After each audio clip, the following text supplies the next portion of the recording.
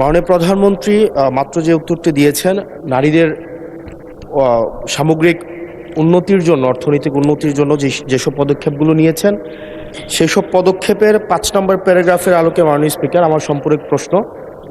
মাননীয় প্রধানমন্ত্রী বলেছেন যে টোটাল 4 কোটি পরিবারকে আমরা ফ্যামিলি কার্ডের আওতায় নিয়ে আসব। আমরা যদি 4 কোটি পরিবারকে আমরা ফ্যামিলি কার্ডের আওতায় নিয়ে আসি, তাহলে আমাদের 1,20,000 কোটি টাকা মাননীয় স্পিকার আমাদের টোটাল খরচ হবে, এবং প্রসিজারাল কস্ট সহ সেখানে 1,34,000 কোটি টাকা আমাদের বার্ষিক খরচ হচ্ছে। আবার গত সপ্তাহে মাননীয় স্পিকার আমরা ফার্মার্স কার্ডের বিষয়ে জানলাম যে 2,75,00,000 ফার্মার্সকে আমরা ফার্মার্স কার্ডের অধীনে আমরা নিয়ে আসবো। মাননীয় সদস্য সরাসরি প্রশ্ন করুন, ভূমিকা বাদ দেন, প্রশ্ন করুন। তো সেখানে 6,875 কোটি টাকা, যেখানে প্রসিজারাল কস্ট সহ 7,000 কোটি টাকা মাননীয় স্পিকার খরচ হচ্ছে।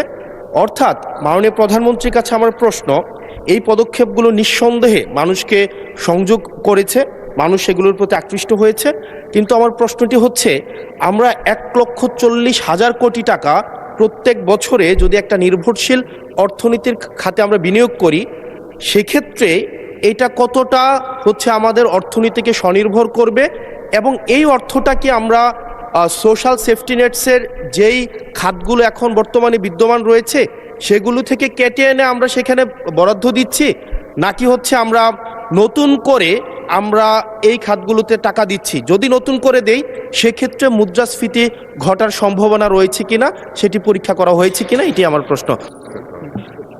মাননীয় স্পিকার, আপনাকে ধন্যবাদ। মাননীয় ইয়াং সংসদ সদস্য, আপনাকেও ধন্যবাদ আপনার প্রশ্নের জন্য। অবশ্যই আল্লাহর কাছে শুকরিয়া, আলহামদুলিল্লাহ, যে আমরা যে ফ্যামিলি কার্ডের কথা জনগণকে বলেছিলাম নির্বাচনের পূর্বে, সেই ফ্যামিলি কার্ডটি মানুষ গ্রহণ করেছে, এবং আপনি নিজেও সাক্ষী,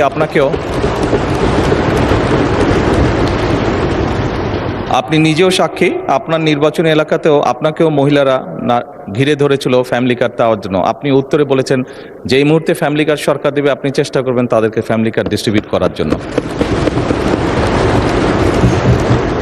মাননীয় সংসদ সদস্য, আপনি নিশ্চয়ই এটি অনুধাবন করতে পারবেন যে 4 কোটি পরিবারকে আমরা ফ্যামিলি কার্ড দিব।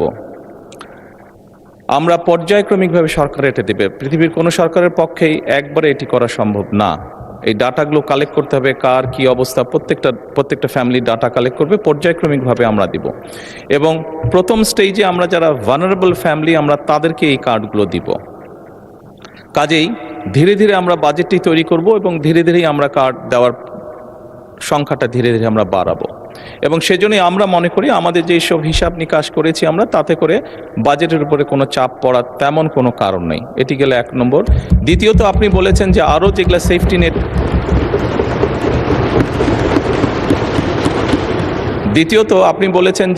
যেগুলো social security safety net program আছে সেগুলির সাথে কনফ্লিক্ট করবে কিনা।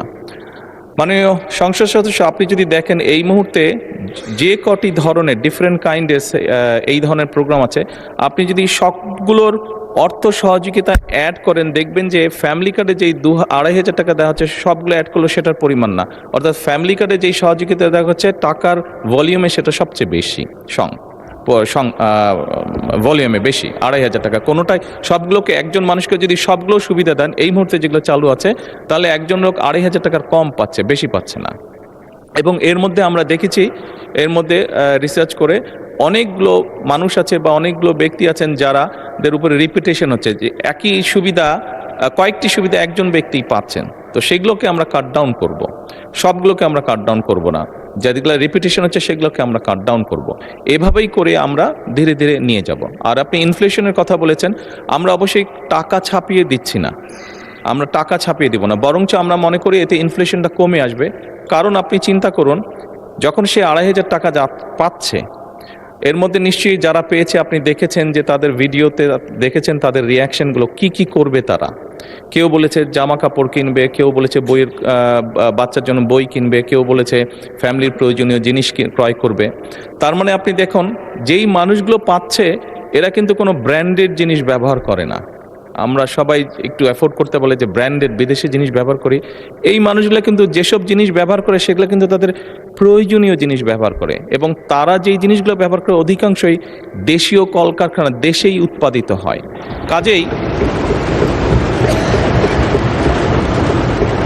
কাজেই মাননীয় সংসদ সদস্য, এই টাকাটা যখন তার কাছে যাচ্ছে, সে যখন খরচ করছে, এই টাকাটা কিন্তু গ্রামীণ ইকোনমিতে ব্যবহৃত হচ্ছে। সে হয় মুরগি কিনছে, সে হয়তো থালা বাসন কিনছে, সে হয়তো গামছা কিনছে, যেই সবগুলো জিনিস, সে তার বাচ্চার যে কাপড় কিনছে, সে তার বাচ্চার জন্য যে বই কিনছে, সবগুলো জিনিস লোকালি প্রডিউস হচ্ছে। তার ফলে যেটা হবে, আমাদের লোকাল ইন্ডাস্ট্রিগুলো ধীরে ধীরে, এই যে 1,64,000 কোটি টাকার আপনি কথা বলেন, এটি সম্পূর্ণভাবে লোকাল ইন্ডাস্ট্রিগুলোতে যাবে, লোকাল ইন্ডাস্ট্রিগুলোকে এগুলো হেল্প করবে। এবং স্বাভাবিকভাবে যখন একটি গ্রামে যখন অনেকগুলো ফ্যামিলি, অনেকগুলো মহিলা এই কার্ডটি পাবেন, তারা যখন যেই দোকানে গিয়ে সদাই করবেন, তারা জিনিসপত্র কিনবেন, সেই দোকানে আপনি খোঁজ করে দেখুন, এখন হয়তো একজন হেল্পার আছে দোকানের, তার স্টাফ হয়তো একজন আছে, কিন্তু আপনি 3 মাস পরে বা 6 মাস পরে দেখবেন তার স্টাফ 2 জন হয়ে গেছে। কারণ স্বাভাবিকভাবে অনেকগুলো ফ্যামিলির কাছে এই সহযোগিতাটা পৌঁছাবে এবং তারা সেখানে সদাই করতে যাবে বা জিনিসপত্র কিনতে যাবে। ফলে ওই দোকানের মালিক যে বা দোকানটা যা চালাচ্ছে, তার তখন একজন সহকারী হবে না, তার 2 জন সহকারী হবে।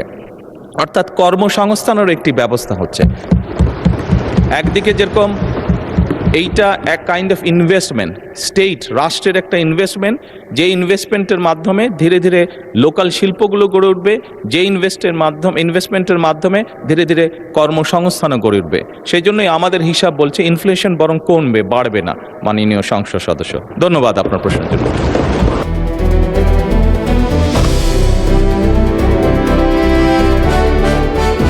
দিনাজপুর টিভি মানুষের জীবনের কথা বলে।